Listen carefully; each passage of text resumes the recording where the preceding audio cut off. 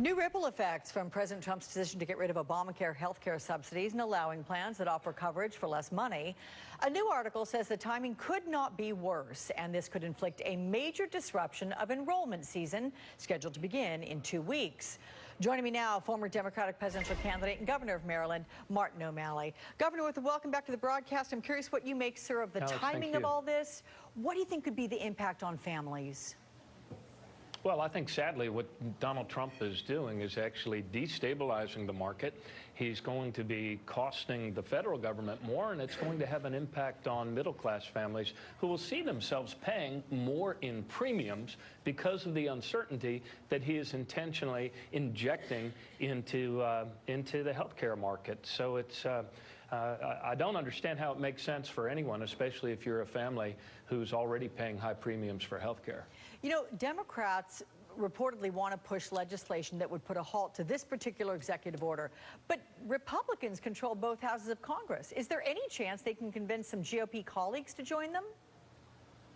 Well, hey, hope springs eternal. I think that there's a lot of conversations going on right now among Republican members of Congress who see, as I think Ted Cruz was recently reported as saying, that if this administration, this White House in chaos, continues down this road, increasing costs for middle-class families, increasing the insecurity in this world by erratic actions on whether it's the Iran deal or the nuclear antagonisms with North Korea, I think they see themselves headed for some bad voter correction and retribution against the Republican Party in the midterms. So perhaps Republicans in Congress will start taking control of this White House. There are many things they could do to rein them in, and I think you're starting to see signs of that. So what you're saying right there, whether it's not people want to have a compromise with the president or because they're looking ahead to the looming midterms, do you think that might be what pushes both sides to reach some sort of a compromise, which then could be sort of a net positive? Well, look, our democracy's been around a long time. Many times we go through periods of great instability and uncertainty. We've never faced quite the constitutional crisis that we do right now of members of the president's own party saying things like maybe the 25th Amendment should be invoked and that the president might be unfit to discharge his duties. But so that's one sign. Another one happened on gun control. Look, the Republican members of the Senate actually saying they would be open to banning these bump stocks that turn these weapons into, in essence, machine guns and combat assault rifles. So I do think that perhaps what we're seeing is the beginnings of the Republican Party starting to find its true self again and return to the principles of Lincoln. This Trump administration, President Trump, I think, is demonstrating that he believes himself to be a wrecking ball, that he needs to wreck things, tear down things. That's not good for the common good we share as a people. And to that end, a wrecking ball or dismantler, I want to take a look at what the president has dismantled, or at least tried to dismantle. Looking here domestically, the Clean Power Plan, Obamacare subsidies, DACA's in peril, and then looking beyond our borders now, the Iran deal, the Paris Accord. I mean, on the face of it, he is just dismantling and not constructing any of his own policies, which at the very least, is that not a PR problem? I mean, he's the dismantler in chief. Oh, I think that people all across the country are realizing that we need to make a correction here. We need to start hitting the brakes. This isn't really about.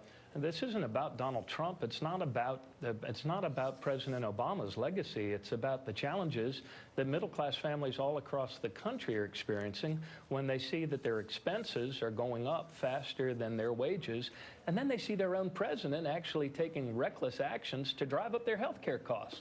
This is not making sense around the most important place in America, and that is a family's kitchen table. And that's why I think you're seeing, Alex, in special election after special election, that the state legislative races, the Democratic candidates are outperforming Republican candidates and doing 10 to 15 points better than anybody would predict on the eve of those elections. So people aren't stupid. They see this reckless behavior in the White House, this talk of a president unfit for office, the wrecking ball is actually hurting their pocketbook and their family's future. Where do you come down on the multiple statements about the president being unfit for office? I've believed for a long time that he's unfit for office. I mean, this is a man who has had no experience in office.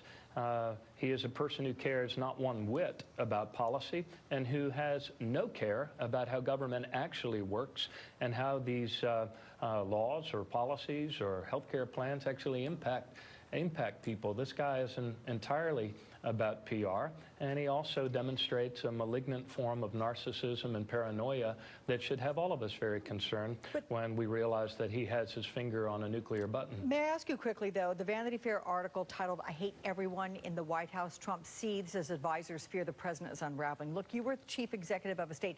Can you at least understand some of the frustrations the president might be having?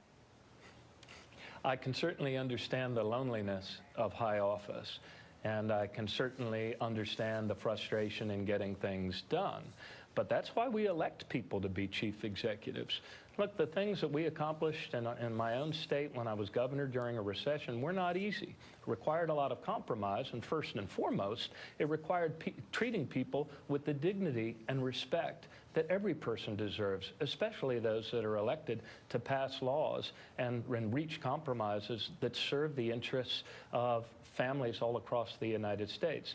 The president this president has demonstrated that he neither has the capacity to do that and to treat people decently and with dignity, nor does he have the interest in doing that unless they want to come out and play golf with him and, you know, scamper around like a lapdog and wear his red hat. All right. Former Governor of Maryland, Martin O'Malley, very good to see you, sir. Thank you so much. Thank you, Alex. Good to be with you. The president making a new push on the NFL kneeling issue.